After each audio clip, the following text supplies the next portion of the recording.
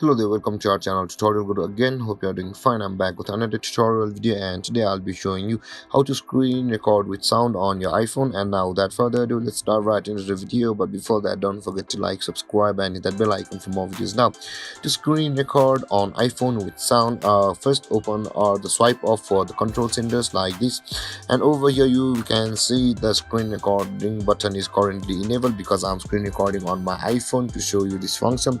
Now to enable the sound or to record the sound, also tap and hold on the screen recording button for 3 or 2 seconds like this, and you can see the microphone option available.